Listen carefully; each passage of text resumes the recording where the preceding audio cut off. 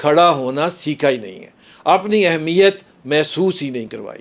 آج کے ویڈیو میں بس اتنا ہی۔ اپنا اور اپنے دوستوں کا بہت خیال رکھیے گا۔ مجھے اجازت دیجیے۔ اللہ نگہبان۔